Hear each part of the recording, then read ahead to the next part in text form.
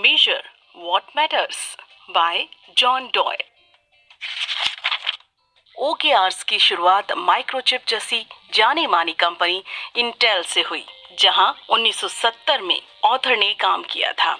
क्या आपने कभी ऐसी ऑर्गेनाइजेशन के लिए काम किया है जो अगर पूरी तरीके से रास्ता नहीं भटक सकती हो तो कम से कम उसे ये मालूम नहीं है कि वो कहाँ जा रही है?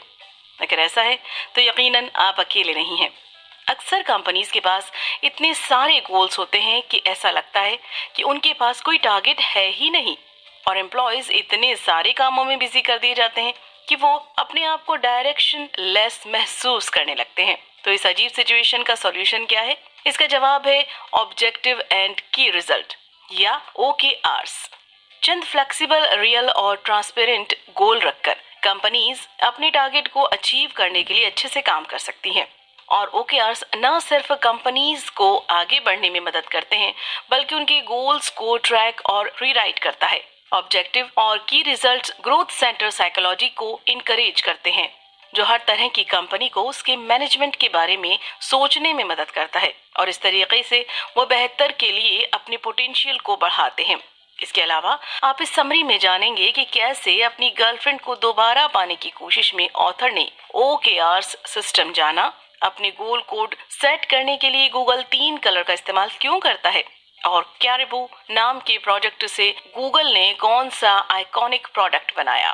बेहतरीन कहानियों और फ्योरी टेल्स का प्लॉट अक्सर प्यार पर ही बेस्ड होता है, लेकिन किसने सोचा था ऑथर की ऑब्जेक्टिव्स एंड की रिजल्ट्स को डिस्कवर करने में प्यार का अहम किरदार होगा। 1975 की गर्मियों में ऑथर जॉन डोयर अपनी गर्लफ्रेंड एन को दोबारा पाने की कोशिश कर रहे थे। उन्हें मालूम था कि वो सिलिकॉन वैली में काम करती थी, लेकिन ऑर्गेनाइजेशन के बारे में नहीं मालूम था। हालांकि किस्मत से उन्होंने पता लगा लिया कि उनकी गर्लफ्रेंड इंटेल में काम करती है, जिस कंपनी से उन्होंने हाल ही में इंटर्नशिप की थी। ऑथर और उसकी गर्लफ्रेंड के एक साथ आ जाने से लव स्टोरी की हैप्पी एंडिंग हो जाती है। वो अभी भी मैरिड हैं।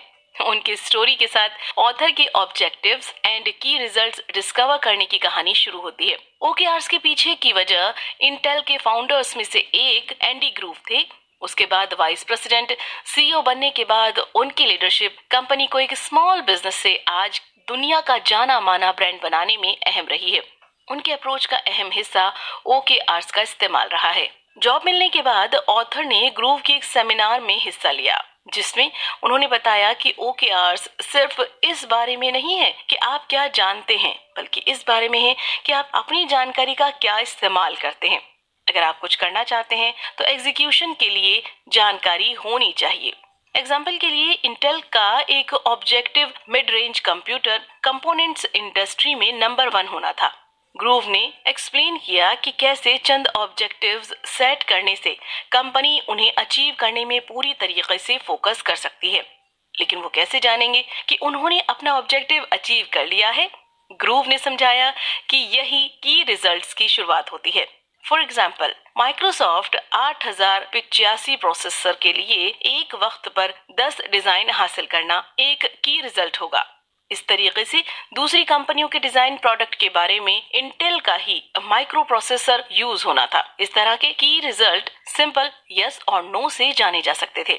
इस काम में इन्वॉल्व हर शख्स, जिसे कंट्रीब्यूटर कहा जाता, जो बिना किसी बहस के ये इंश्योर कर रहा होता है कि की रिजल्ट अचीव करने के लिए है या नहीं। इस तरीके का इस्तेमाल करके अपनी 11 साल की CEO की जर्नी में ग्रूव ने हर साल कंपनी के लिए 40% ग्रोथ इंश्योर की। OKRs के इस तरीके को कामयाब होते देख ऑथर ने इस आइडिया को लोगों तक पहुंचाने के लिए इसका इस्तेमाल कर दुनिया की तमाम कंपनियों की मदद करने की ठानी। OKRs फोकस करने और गोल को अचीव करने में ऑर्गेनाइजेशंस की मदद करता है। जिसने भी हाई परफॉर्मेंस ऑर्गेनाइजेशन में काम किया है उसे मालूम है कि एक टीम की तरह आगे बढ़ने के लिए हर शख्स को मालूम होना चाहिए कि उन्हें किस डायरेक्शन में जाना है, लेकिन साथ ही ये मालूम होना कि किस डायरेक्शन में नहीं जाना है उतना ही इम्पोर्टेंट है। ये हमें OKRs के 3 इम्पोर्टेंट पहलुओं में से एक के करीब लाता है। एक वक्त पर पूरे ऑर्गेनाइजेशन में कुछ भी OKRs होने चाहिए। इस तरीके से टॉप लेवल मैनेजमेंट से लेकर लो लेवल एम्प्लॉयज तक सब मिलकर लिमिटेड गोल को अचीव करने में फोकस कर सकते हैं। जब एक बार management top level objectives decide कर ले तो हर एडजेक्टिव के लिए एम्प्लॉयज को 3 से 5 की रिजल्ट्स इंश्योर करने की जरूरत होती है। इससे ज्यादा OKRs रखने पर फोकस बिगड़ जाता है और प्रोग्रेस मैनेज करना मुश्किल हो जाता है। आखिर में आपको एक टाइम फ्रेम की जरूरत होगी ताकि ऑर्गेनाइजेशन के अलग अलग डिपार्टमेंट के साथ मिलकर डेडलाइन को कंप्लीट करने में फोकस्ड रह सकें। लेखक आज के तेजी से बदलते मार्केट के बीच हर 3 महीने में OKRs सेट करने की सलाह देते हैं।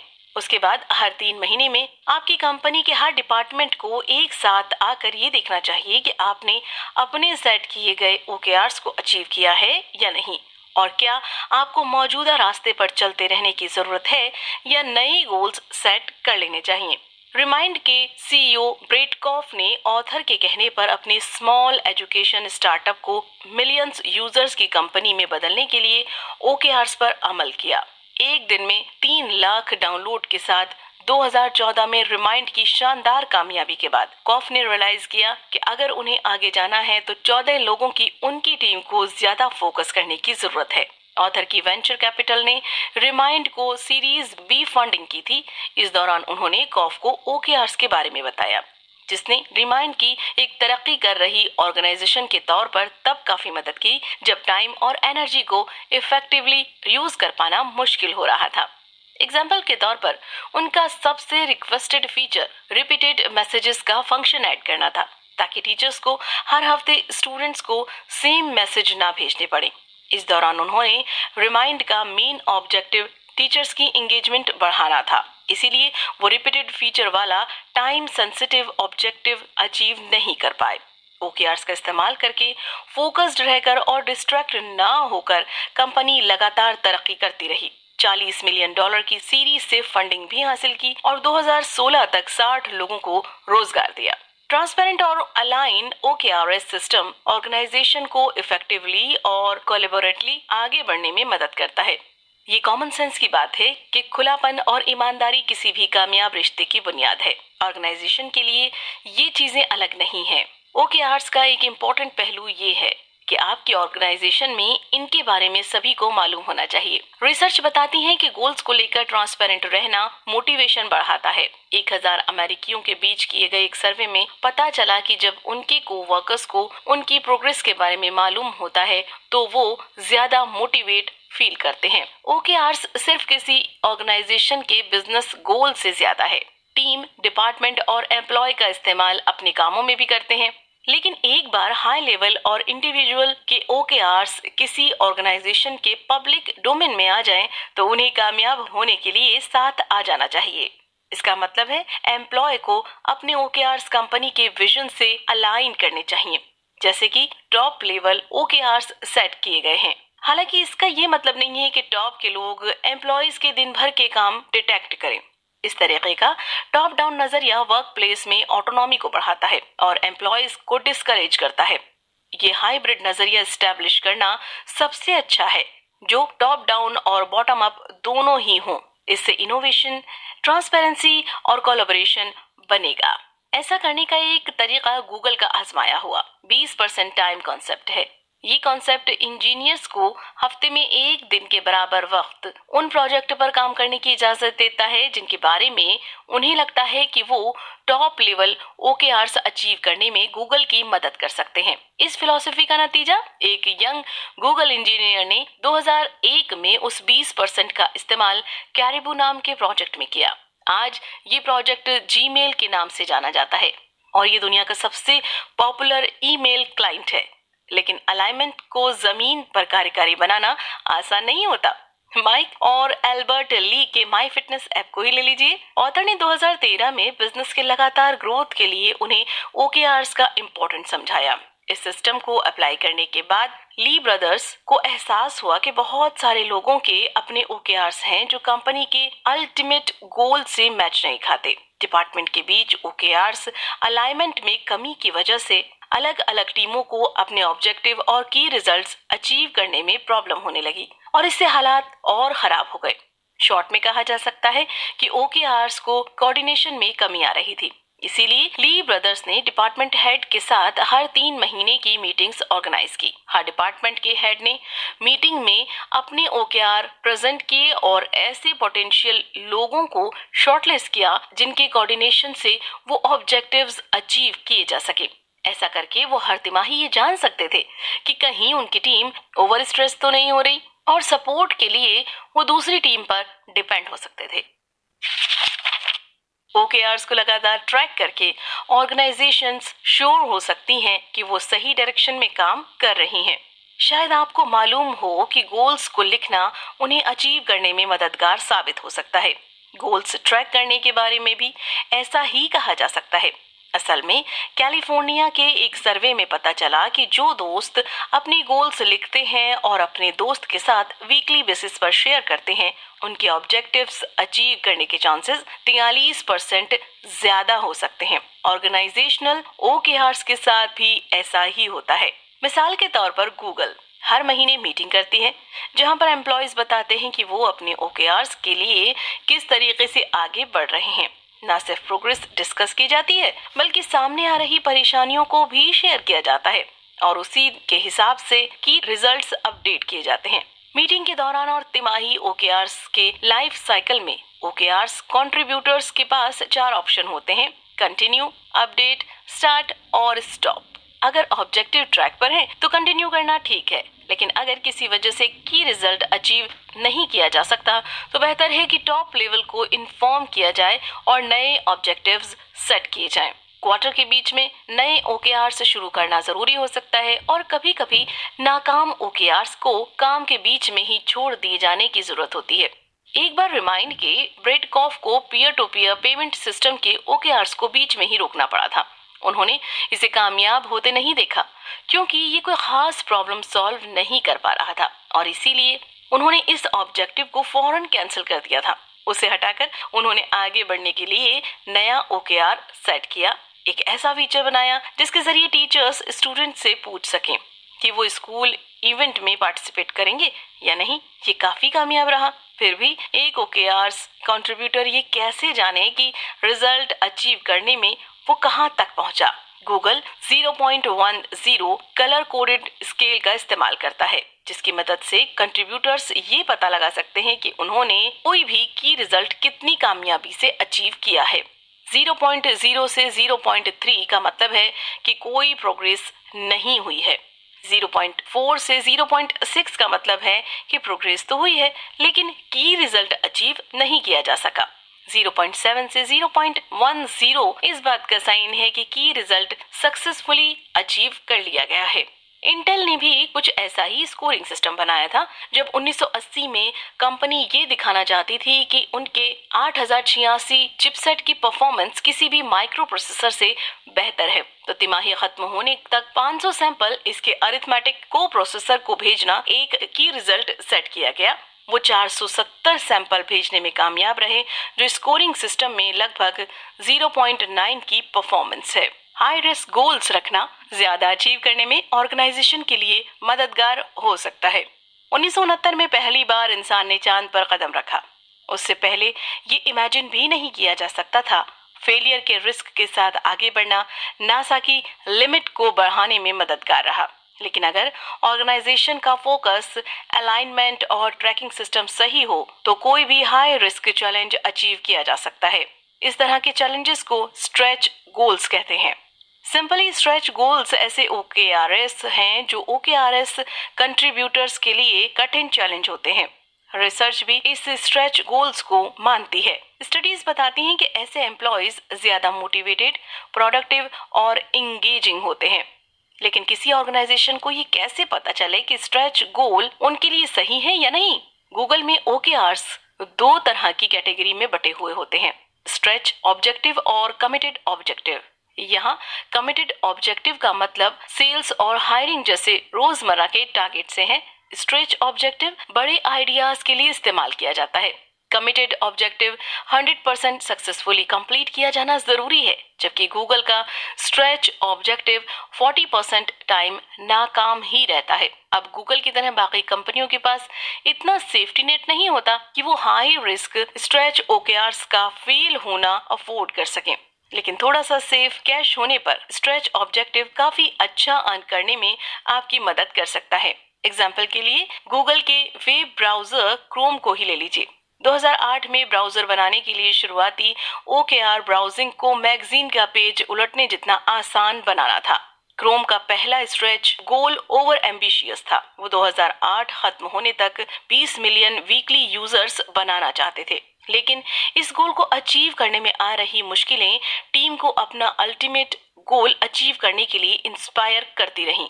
हालांकि ये हासिल करने के लायक नहीं लगता था। 20 मिलियन वीकली यूजर्स का गोल 2009 की शुरुआत में अचीव कर लिया गया, लेकिन ये क्रोम टीम को ज्यादा स्ट्रेच गोल सेट करने से नहीं रोक पाया। 2009 के लिए स्ट्रेच गोल 50 मिलियन का सेट किया गया, लेकिन वो सिर्फ 38 ही हासिल कर सके। हालांकि आखिरकार वो 2011 तक 111 मिलियन यूजर हासिल करने में कामयाब रहे। अब 2021 में सिर्फ मोबाइल पर ही कई बिलियन लोग क्रोम का इस्तेमाल करते हैं। लगातार परफॉर्मेंस मैनेजमेंट के साथ OKRs सेट करना ट्रांसपेरेंट हेल्दी वर्कप्लेस कल्चर बनाने में हेल्पफुल होता है। अगर आप किसी बड़े ऑर्गेनाइजेशन में काम करते हैं तो हो सकता है कि एनुअल परफॉर्मेंस रिव्यू के बारे में जानते हो। इस तरह के रिव्यू में हर एम्प्लॉय को 7.5 घंटे खर्च करने होते हैं, अच्छा खासा वक्त, जबकि सिर्फ 6% HR इस तरीके को कारगर समझते हैं। इमेजिन कीजिए आप किसी कंपनी में HR हैं और 30 एम्प्लॉय आपके अंडर काम करते हैं। इसका मतलब है 1.5 महीने का वक्त रिव्यू में लगेगा। इसे बदला जा सकता है। न सिर्फ 500 कंपनियों ने इस सिस्टम से निजात पाई है, बल्कि बहुत सारी कंपनियां इसे कंटिन्यूअस परफॉर्मेंस मैनेजमेंट और एसोसिएटेड इंस्ट्रूमेंट ऑफ चेंज से बदल रही हैं। CFRs HR लेवल के OKRs हैं। इसके तहत एम्प्लॉय से कन्वर्सेशन होती है जो फीडबैक और पहचान दोनों के लिए कारगर है। CFRs दो तरफा रास्ता है। एक तरफा एनुअल परफॉर्मेंस रिव्यू के बजाय इसमें आपस में बातचीत होती है और दोनों तरफ से सही फीडबैक और पहचान में काफी हेल्पफुल है। इस तरह एनुअल गोल की जगह OKRs का इस्तेमाल होता है। CFRs लगातार होते रहने चाहिए ताकि पूरे साल परफॉर्मेंस बढ़ाई जाती रहे। एनुअल परफॉर्मेंस रिव्यू के उलट जो सिर्फ ये बताता है कि एम्प्लॉय ने अपना एनुअल गोल अचीव किया है या नहीं, CFRs सिस्टम एम्प्लॉय करके लीडर्स और कंट्रीब्यूटर्स आपस में बैठकर तरह तरह के टॉपिक पर डिस्कशन कर सकते हैं। क्या आप जिस ऑब्जेक्टिव के लिए काम कर रहे हैं उसे सच में अचीव किया जा सकता है? क्या काम करने के लिए सही ऑब्जेक्टिव है और क्या ये मोटिवेटिंग है? एग्जाम्पल के लिए अडोब को ले लीजिए। एनुअल परफॉर्मेंस रिव्यू के बाद हर फरवरी ये एम्प्लॉयज के रेजिग्नेशन और रिटायरमेंट जैसे काम बढ़ जाते हैं। परफॉर्मेंस रिव्यू सिस्टम को CFRs सिस्टम, जिसे चेकलाइन कहते हैं, से बदलने के बाद अडोब के इस तरह के काम तेजी से कम हुए हैं। अब ये क्लियर हो जाना चाहिए कि OKRs और CFRs सिस्टम का किसी भी ऑर्गेनाइजेशन में इस्तेमाल बिना किसी शक वर्कप्लेस कल्चर में अपनी बेहतर हिस्सेदारी निभाएगा। कंट्रीब्यूटर्स की एक टीम जो एक ही गोल के लिए काम कर रही हो, उसके साथ ट्रांसपेरेंट कम्युनिकेशन और इंडिविजुअल जवाबदेही किसी भी ऑर्गेनाइजेशन की परफॉर्मेंस बढ़ाने के लिए काफी होना चाहिए। जहां OKRs कंट्रीब्यूटर्स को मीनिंगफुल गोल्स प्रोवाइड करते हैं, वहीं CFRs इसे पूरा करने में इम्पोर्टेंट रोल निभाते हैं। एम्बिशियस स्ट्रेच थिंकिंग के साथ ऑर्गेनाइजेशंस ऐसी तकनीक का इस्तेमाल तारों तक पहुंचने में करती हैं और ये वर्कप्लेस को पॉजिटिव और पीपल ओरिएंटेड भी बनाता है। आखिरकार वो ऑर्गेनाइजेशन जो अपने एम्प्लॉय के साथ पार्टनर जैसा बर्ताव करते हैं वो ज्यादा कामयाब होते हैं। ऑब्जेक्टिव एंड की रिजल्ट्स ऐसे बेहतरीन तरीके हैं जो मैनेजमेंट के लिए अपना नजरिया बदलने में ऑर्गेनाइजेशन की मदद करते हैं। ईयरली गोल सेट करने के बजाय OKRs के जरिए ऑर्गेनाइजेशंस और उनकी टीम अकाउंटेबल और ट्रांसपेरेंट तरीके से गोल सेट, ट्रैक और अचीव कर सकते हैं। और जब साल में एक बार की रिव्यू के बजाय एम्प्लॉयज से लगातार बातचीत की जाती है तो इससे हेल्दी वर्कप्लेस कल्चर बनता है। क्या करें? जब ऑर्गेनाइजेशन में ऑब्जेक्टिव सेट करने की बात आती है तो याद रखिए, लेस इज मोर। गूगल के को-फाउंडर लैरी पेज कहते हैं, put more would behind one arrow. इसका मतलब है एक ऑब्जेक्टिव रखकर कई की रिजल्ट अचीव कीजिए। इनोवेशन को डिफाइन करते हुए स्टीव जॉब्स ने कहा था, इनोवेशन का मतलब 1000 चीजों को ना कहना है। आपको एक तिमाही में 3 से 5 ऑर्गेनाइजेशनल ऑब्जेक्टिव्स ही सेट करने चाहिए। इस तरीके से काम शुरू करने से पहले ही आप पता लगा लेंगे कि ऑर्गेनाइजेशन के लिए सबसे ज्यादा इम्पोर्टेंट क्या है और आपकी फ्यूचर सक्सेस इंश्योर करने में ये तरीका मदद करेगा।